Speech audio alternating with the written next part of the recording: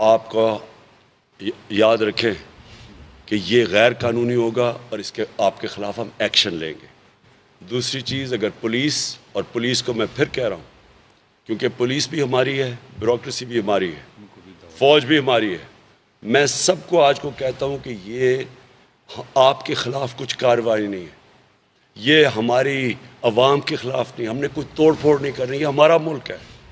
میں اپنی فوج کو بھی کہتا ہوں کہ آپ نیوٹرل ہیں، آپ نے کہا نیوٹرل ہے، نیوٹرل رہیں اس میں۔ نحمده ونصلي على رسوله الكريم أما بعد فأعوذ بالله من الشيطان الرجيم بسم الله الرحمن الرحيم يا أيها الذين آمنوا لا تتخذوا اليهود والنصارى أولياء وقال تعالى يا أيها الذين آمنوا لا تتخذوا عدوي وعدوكم أولياء تلقون إليهم بالمودة وقال تعالى اهدنا الصراط المستقيم صراط الذين أنعمت عليهم غير المغضوب عليهم ولا الضالين قال رسول الله صلى الله عليه وسلم من تشبہ بقوم فہو منہم۔ کل پی ٹی آئی کے سربراہ جناب عمران خان صاحب نے 25 مئی کو لانگ مارچ کا اعلان کر دیا اور کہا کہ پورے ملک سے لوگ اسلام آباد پہنچیں، اور ساتھ یہ وارننگ بھی جاری کی کہ پولیس ہمارے مقابلے میں نہ آئے، فوج نہ آئے اور کوئی ہمارے مقابلے میں نہ آئے، اگر ایسا ہوا تو ان کے لوگ کہہ چکے ہیں کہ خونی لانگ مارچ بھی ہو سکتا ہے۔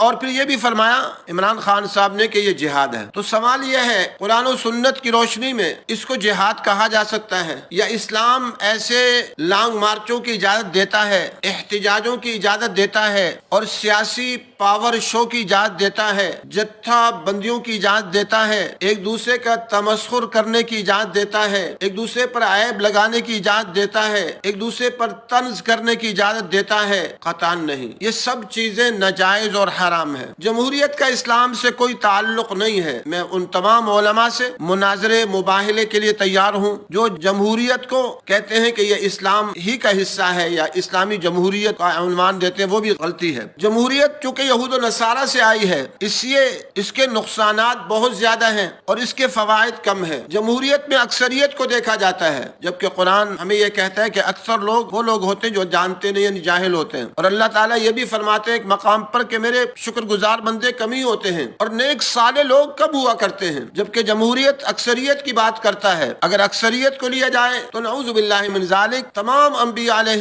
السلام جب اپنی تحریکوں کا آغاز کرتے ہیں اور اللہ والے تحریکوں کا آغاز کرتے ہیں تو اس وقت وہ تھوڑے ہوتے ہیں اور فساق اور فجار ظالم جابر زیادہ ہوتے ہیں۔ اکثریت کو لیا جائے تو پھر نعوذ باللہ جیت باطل کی ہوگی، ظالموں کی ہوگی، جابروں کی ہوگی۔ حضرت ابراہیم علیہ السلام حق پر ہیں لیکن تنہا ہے۔ نمرود کے پاس بہت بڑی طاقت ہے، جتھا ہے، لشکر ہیں، اکثریت اس کے ساتھ ہے، لیکن حق والا ایک ہی کیوں نہ ہو، اللہ تعالیٰ کی مدد و نصرت اس کے ساتھ ہوتی ہے۔ اسلام یہ دیکھتا ہے کہ حق پر کون ہے، یہ نہیں دیکھتا کہ اکثریت کس کے پاس ہے، جبکہ جمہوریت اکثریت کو دیکھتی ہے، اسلام اکثریت کو نہیں دیکھتا۔ اسلام یہ کہتا ہے کہ حق پر کون ہے، حق والوں کے ساتھ اللہ تعالیٰ کی مدد ہوتی ہے۔ حضرت موسیٰ علیہ السلام فرعون کے مقابلے میں آتے ہیں تو فرعون کے پاس پوری دنیا کی حکومت ہے، طاقت ہے، قوت ہے، جتھا ہے اور سارے اس کے ساتھ ہیں۔ حضور صلی اللہ علیہ وسلم مکہ مکرمہ میں حق و صداقت کی آواز بلند کرتے ہیں تو ابو جہل کے پاس طاقت زیادہ ہے۔ ایسے ہی ہر ہی زمانے میں ایسا ہوا، جب حق والے اٹھے وہ تھوڑے تھے لیکن حق پر تھے، اس لیے اللہ تعالیٰ نے ان کی مدد فرمائی۔ تو جمہوریت کے اندر انتخابات کا سلسلہ ہے۔ حضور صلی اللہ علیہ وسلم کا دور، خلفائے راشدین کا دور، بعد کے ادوار دیکھے کہیں انتخابات نہیں ہوئے، اور انتخابات میں خرب روپے خرچ ہوتے ہیں اور لوگ اپنا نام لے کر اپنی فضیلتیں بیان کرتے ہیں کہ ہم ایسے ہیں، ہم ایسے ہیں، ہم ایسے ہیں، اور دوسرے کی نقائص بیان کرتے ہیں۔ شریعت اس کی اجازت نہیں دیتی۔ جو اپنی تعریفیں کرے شریعت اس کی اجازت نہیں دیتی۔ یہاں تو اپنی تعریفوں کے پل باندھے جاتے ہیں اور دوسروں کے نقائص کو بیان کی جاتا ہے۔ شریعت مطہرہ، قرآن و سنت کی تعلیمات قطعاً اس کی اجازت نہیں دیتی۔ پھر یہاں جتھا بندیوں کی اجازت ہے۔ اسلام جتھا بندیوں کی اجازت نہیں دیتا کہ جتھے بنا کر قومیت کے نام پر جتھے بنائے جائیں یا اپنے مسلکی اعتبار سے جتھے بنائے جائیں اور اس کے بعد اپنے پاور شو، اپنے سیاسی پاور شو دکھائے جائیں، اس کی قطعاً اجازت نہیں ہے۔ اگر ایسا ہوگا تو جس کے پاس دولت ہوگی، پیسہ ہوگا، مال ہوگا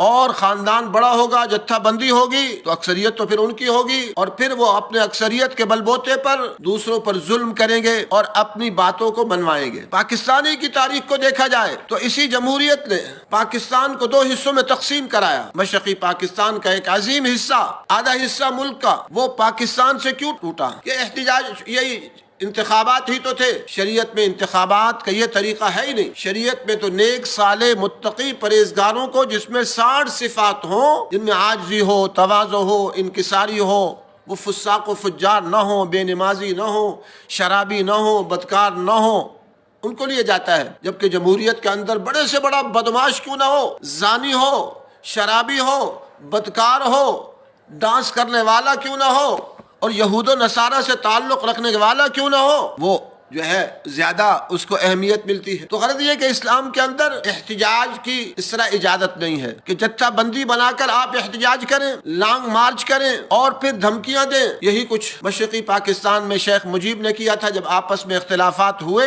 انتخابات ہی کا جھگڑا تھا کہ اس جھگڑے نے آگے پھر بڑے بڑے جلسے شروع ہوئے، اور ظاہراً قوم اس کے ساتھ نظر آئی، بنگالی قوم، اور ملک 2 حصوں میں تقسیم ہو گیا، لڑائیاں شروع ہوئیں، اور پھر وہ مشرق شیخ مجیب بھی اپنے بچوں سمیت 20 افراد سمیت قتل ہو گیا، مسائل اور بڑھ گئے۔ اب پاکستان میں بھی جب سے پاکستان بنا ہے، یہاں انگریز کا نظام چل رہا ہے۔ اسلام تو ہمیں روکتا ہے کہ ہم یہود و نصارہ کے طریقوں کو اختیار نہ کریں، یہود و نصارہ کو اپنا دوست نہ بنائیں، دوستی کے پیغام نہ بھیجیں۔ یہاں جتنے بھی آئے ان سب نے آج تک، چاہے وہ فوجی حکمران تھے، جمہوری حکمران تھے، ان سب نے یہود و نصارہ کو دوستی کے پیغامات امریکہ کو بھیجے، اور آج بھی بھیجے جا رہے ہیں۔ اور اس کے بعد جب بھی انتخابات ہوئے، انتخابات پر خرب روپے، خربوں ڈالر خرچ ہوئے، اور وہ ملک کے خزانوں سے آ کر وصول کیے گئے۔ یہ پیسے اس لیے نہیں خرچ کیے جاتے، یہ غریبوں پر تو تھوڑے سے پیسے خرچ کرنے کے لیے تیار نہیں ہے، لیکن اپنے پاور شو دکھانے کے لیے آج پھر جلسے ہو رہے ہیں۔ عمران خان نے اپنے جلسے کیے ہیں، اس سے پہلے جمعیت علماء اسلام نے 15 ملین مارچ کیے، اور اس کے بعد بڑے بڑے جلسے کیے۔ تحریک لبیک والے اپنے جلسے کر رہے ہیں، پاور شو دکھا رہے ہیں، اور مسلم لیگ اپنا دکھا رہی ہے، پیپل پارٹی اپنا دکھا رہی ہے، MQM والے اپنا دکھا رہے ہیں۔ MQM نے کتنے جلسے کیے، کتنے مسائل پیدا کیے۔ تو غرض یہ کہ اسلام کے اندر نہ تو جتھے بنا کر احتجاج جائز ہے، اگر احتجاج، اسلام یہ کہتا ہے کہ آپ ذاتی طور پر حق کہہ سکتے ہیں، اور ذاتی طور پر اپنا مسئلہ حاکم کے سامنے، قاضی کے سامنے بیان کر سکتے ہیں، اور اگر اس کی صورت نہیں بن رہی تو صبر کیجئے، اللہ سے مانگیے، اللہ حالات کو پلٹ دیں گے، حق بات کہتے رہیے۔ لیکن جتھا بندیوں کی اجازت، اور پھر تمسخر، طنز اور تجسس، اور دوسرے کے عیبوں کو بیان کرنا اور اپنی تعریفوں کے پل باندھنا، اس کی اجازت قرآن و سنت کی تعلیمات نہیں دیتی۔ حضور صلی اللہ علیہ وسلم کے دور میں ایسا کوئی واقعہ نہیں ہوا، اور الحمدللہ کوئی احتجاج نہیں ہوا۔ حضرت ابوبکر صدیق، حضرت عمر فاروق رضی اللہ عنہما کے دور میں کوئی نہیں ہوا، اور الحمدللہ معاملات امن سے چلتے رہے۔ ہاں بغاوتیں ہوئیں، لیکن بغاوت تو نجائز تھی اسلامی حکومت کے خلاف، اس کو سرد کیا گیا۔ حضرت عثمان رضی اللہ تعالی عنہ کے دور میں آخر میں ایک جتھا بنا کر کچھ احتجاج کی صورت بنائی گئی، لیکن اس کے نتائج بہت ہی بھیانک نکلے۔ اس کے نتیجے میں حضرت عثمان رضی اللہ تعالی عنہ شہید ہو گئے، اور پھر مسلمان 2 حصوں میں تقسیم ہوئے، پھر جنگ جمل ہوئی، جنگ صفین ہوئی، اور نتائج بہت بھیانک نکلے۔ تو غرض یہ کہ اسلام میں نہ احتجاج کی اجازت ہے، اگر ایسے احتجاج کی اجازت دے دی جائے تو افغانستان میں آج بے حیا قسم کے لوگ اور جاہل قسم کے لوگ جو اسلامی نظام کے خلاف ہیں وہ کھڑے ہو جائیں گے، اور پھر وہ کہیں گے ہمیں اسلامی نظام نہیں چاہیے، ہمیں پردہ نہیں چاہیے، ہمیں سنت کے مطابق لباس نہیں پہننے، ہمیں داڑھی نہیں رکھنی، ہمیں شراب پینی ہے اور بدکاری کرنی ہے۔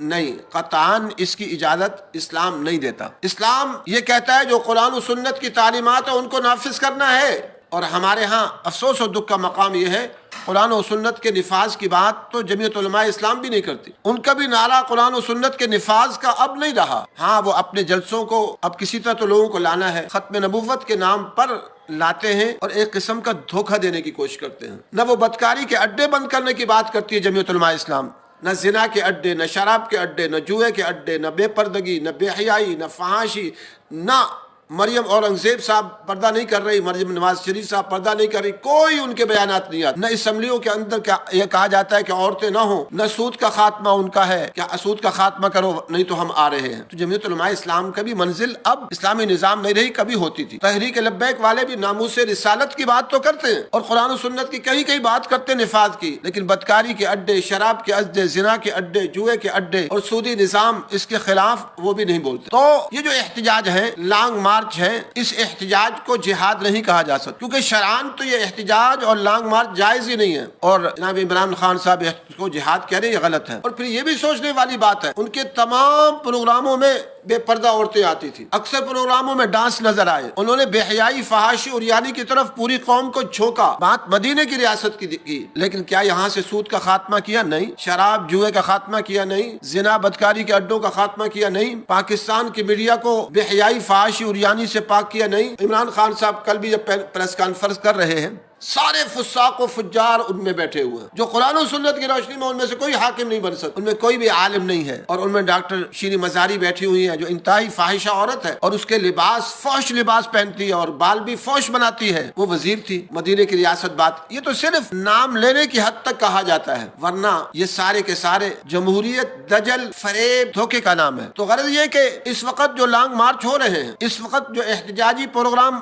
ہونے کی تیاری ہو رہی ہے اور تمام جماعتوں کی طرف سے ہو رہی ہے، یہ ملک کو تباہی کے دہانے پر پہنچا دے گی اور معاشی بحران کو شدید سے شدید تر کر دے گی، اور اس سے خطرہ ہے ملک دیوالیہ ہو جائے گا، ملک بے حساب مسائل، مصائب اور پریشانیوں کا شکار ہو جائے گا۔ تو قرآن و سنت کی روشنی میں جمہوری نظام کی اجازت نہیں ہے، جمہوری نظام ناجائز اور حرام ہے۔ قرآن و سنت کی روشنی میں احتجاجوں کی اس طرح جتھا بندیوں کے ساتھ اجازت نہیں ہے، لانگ مارچ کی اجازت نہیں ہے، اور پھر کہا جا رہا ہے کہ اگر ہمیں روکا تو ہم لڑیں گے، جھگڑیں گے، تو لڑنے کی باتیں بھی ہو رہی ہیں۔ یعنی دھوکہ اور فریب ایک طرف کہا جاتا ہے، پرامن لانگ مارچ ہوگا، اور تھوڑی دیر بعد کہتے نہیں جی اگر پولیس نے ہمیں روکا تو پھر ہماری جنگ بھی ہوگی، فوج نے روکا تو جنگ بھی ہوگی، خونی لانگ مارچ بھی ہوگا۔ تو جمہوریت دجل، فریب، دھوکے کا نام ہے۔ قرآن و سنت کے جو نظام ہے اس میں جتھا بندیوں کی اجازت نہیں ہے، قومیت کے نام پر جماعت بنانے کی اجازت نہیں ہے، مسلکی نام پر جماعتیں بنانے کی اجازت نہیں ہے، اور جو دھرنے ہیں ان کی اجازت نہیں ہے۔ اسلام سب کو ان کے حقوق، ان کی دہلیز پر دیتا ہے۔ ہاں انسان انفرادی طور پر حق کہہ سکتا ہے اور کہنا چاہیے، وہ حق جو ہے وہ حکمراں کے سامنے کہہ سکتا ہے، اور وہ حق عدالتوں میں کہہ سکتا ہے، قاضی کے سامنے کہہ سکتا ہے، اسلام اس کی اجازت دیتا ہے۔ لیکن اسلام دھرنوں کی، لانگ مارچوں کی اور سیاسی پاور شو کے جلسوں کی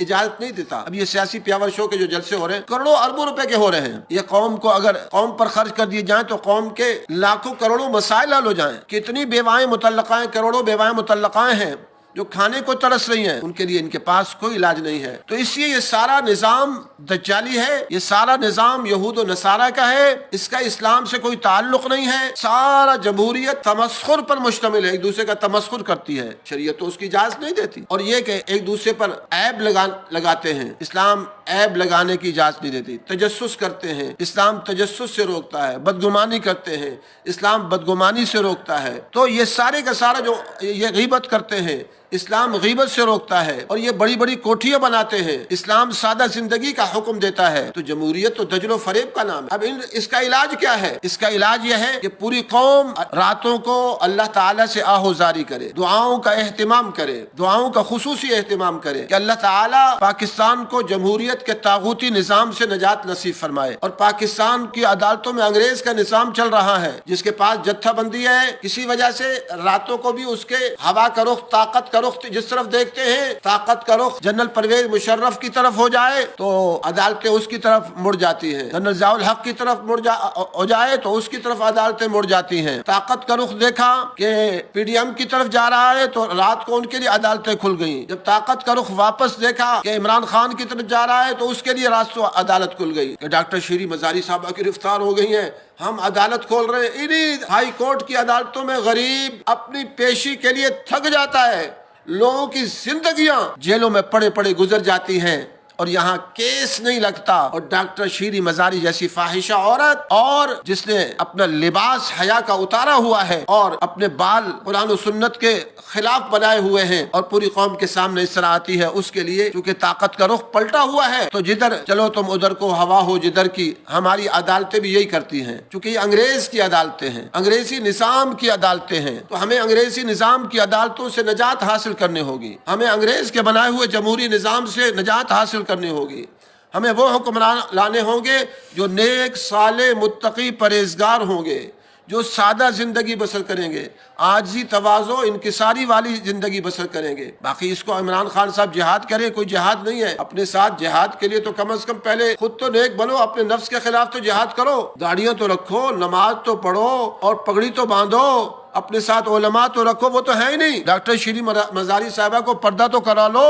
حدیث میں آتا ہے جاہد القریب والبعید، قریب بعید سب کے خلاف جہاد کرو. آپ اپنوں کے خلاف تو جہاد کریں، اور آپ یہاں آ رہے ہیں اور آپ کا اسلامی نظام بھی مقصود نہیں ہے، اور صرف یہ دھرنے پہلے بھی ہوتے رہے، لانگ مارچ پہلے بھی ہوتے رہے، تقریباً 15-20 سال سے، بلکہ اس سے بھی ان کی تاریخ پرانی ہے. یہ مشرقی پاکستان میں احتجاجی جلسے ہوئے، سیاسی پاور شو ہوئے، اور ایک دوسرے پر الزامات لگتے لگتے پھر وہ حالات جو ہے خانہ جنگی کی طرف چلے گئے، اور نتیجہ یہ ہوا کہ پاکستان 2 حصوں میں تقسیم ہو گیا. اللہ تبارک و تعالیٰ سے دعا کریں کہ اللہ تعالیٰ پاکستان میں قرآن و سنت کے نفاذ کی بہاریں نصیب فرمائے، اور پاکستان سمیت سعودی عرب، قطر، دوحہ، دبئی، مصر، شام، جزائر، تمام اسلامی ممالک جو ظاہراً نام کے اسلامی ہیں اور وہاں بے حیائی فحاشی انتہا کو پہنچی ہوئی ہے، اور یعنی انتہا کو پہنچی ہوئی ہے، زنا اور شراب اور جوا انتہا کو پہنچا ہوا ہے، سوائے افغانستان کے کہ وہاں کے حالات نسبتاً بہتر ہوئے ہیں. ہم پورا تو نہیں کہتے، لیکن الحمدللہ نسبتاً بہتر ہوئے ہیں، اور طالبان کوشش کر رہے ہیں. اللہ تعالیٰ ان کی کوششوں کو قبول فرمائے.